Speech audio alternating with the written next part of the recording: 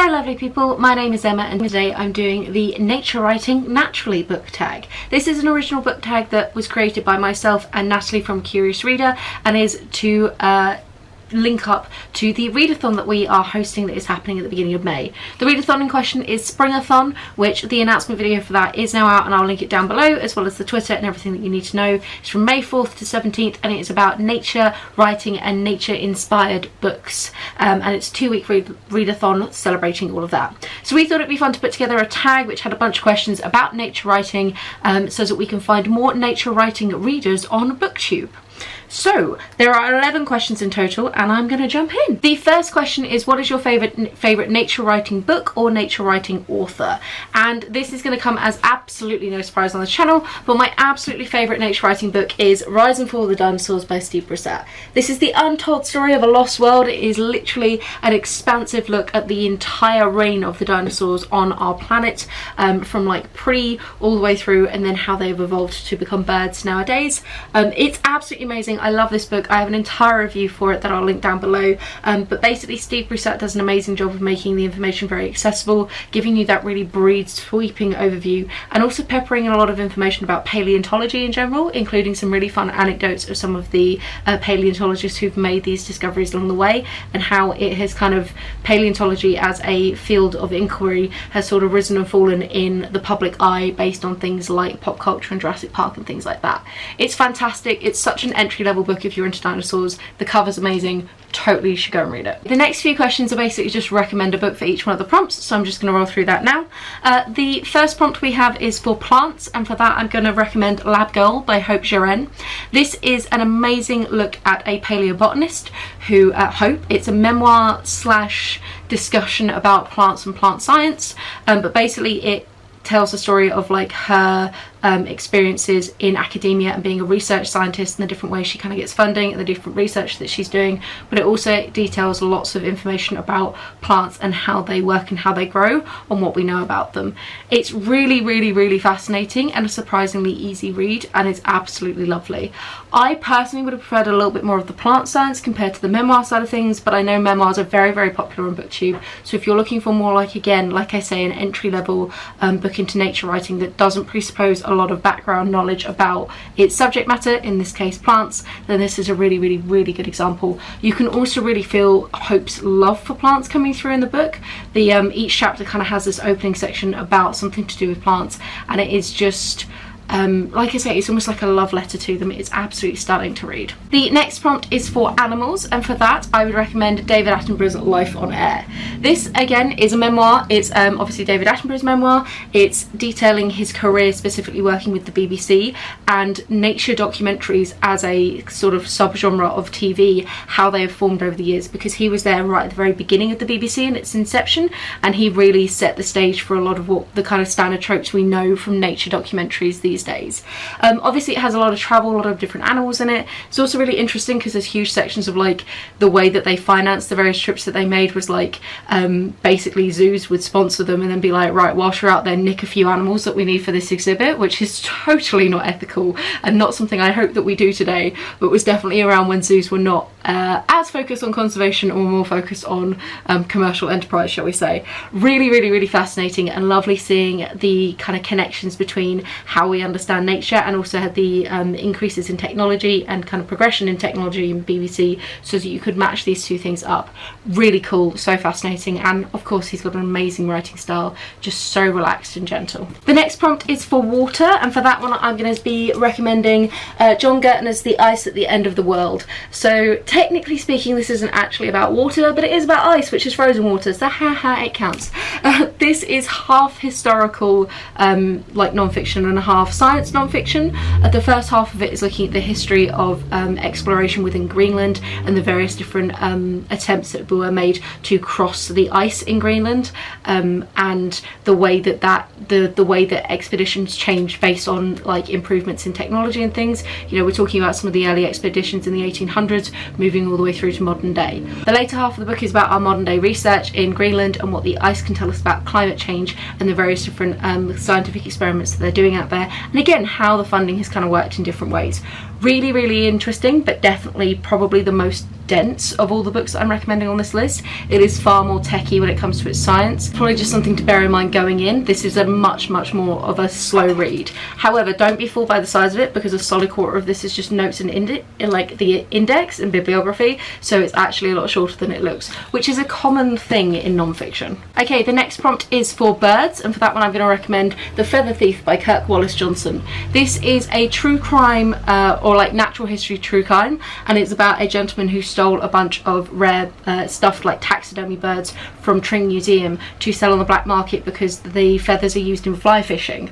Completely insane, amazing look at a couple of different hobbies and things, but also the front half of the book is looking at how the birds got to Tring Museum themselves and the various explorations that happened in like the Amazon rainforest and some of the linkings that had with Darwin's work in The Origins of the Species. Really cool. I personally would have liked a little bit more of the history side of things. I was actually a lot less invested in the crime than I thought I would be, but that's often the case with me when picking up these kind of books. But very interesting and a good one if you are a little bit more on the fence about nature writing and want something that touches on some of the more historical nature writing, but also want something else in there, because obviously a decent chunk of this is taken up with the crime. Very cool. And then the last one for just kind of like recommendations is for travel, and for that one I'm going to recommend The Lost City of Z by David Gran.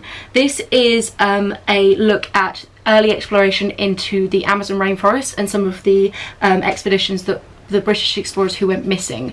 It's got a wonderful history of the different kind of explorations, and it's got some amazing descriptions of all the crazy like tribes that they met and all the different like animals and all these weird horrible like funguses and like flesh-eating diseases that they picked up. Super gross, super amazing, top quality, love it. But what's also really interesting is David Gran actually gets really involved in it and ends up trying to do part of the expedition himself, and there's a wonderful section in comparison of like the point where they probably went missing however many years ago and where we can get to now because of, again, advances in technology. I really enjoy looking at like the history of exploration and what we were able to do at different points in history based on what resources we had available to us. Really fascinating. The next question is, what nature writing book are you most excited about on your current TBR? And for me, that's going to have to be Anthony J. Martin's Dinosaurs Without Bones. This is a look at trace fossils and their importance in our understanding of paleontology and prehistory. So trace fossils are ones that are not specifically bone or animal matter from the living creature itself,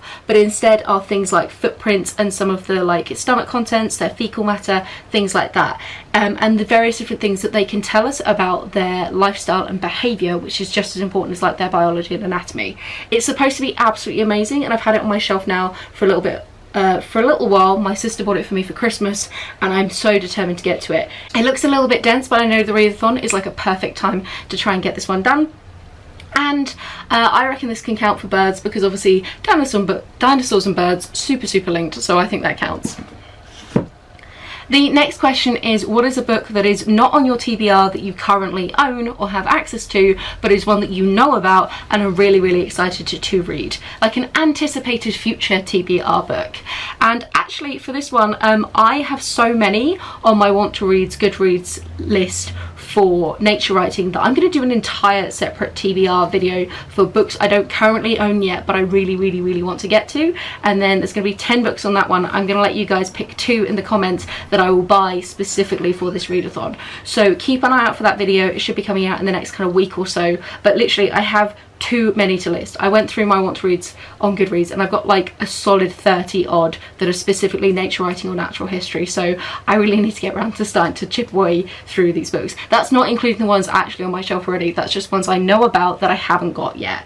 Very excited about so many of them. The next question is question 9. Why do you love nature writing? I think for me, I kind of class nature writing in 2 different categories, and I love both of them for very different reasons. The first kind of category I'd consider to be the memoir style nature writing, and it's like somebody's experiences with nature, and I always find those to be such soothing reads. Like there's just something so quiet and peaceful about them, especially with this kind of current climate going on at the moment. Like it's really lovely to just kind of sit and chill and like read people's experiences, like frolicking with animals or wandering through forests or things like that. I think that they're just so unbelievably cool. I also really enjoy the more science side of things, because biology, as is kind of fairly well known on this channel, biology is like my favourite subsection of science. Obviously a lot of the prehistory stuff is something that I'm super into, and like more natural history history rather than nature writing, and I just love all of the science behind it. I think it's amazing what we can find out from like fossils, and I really just enjoy the different ways that kind of ecosystems interact. I think it's amazing to learn about. Question 10 is describe the nature in your area.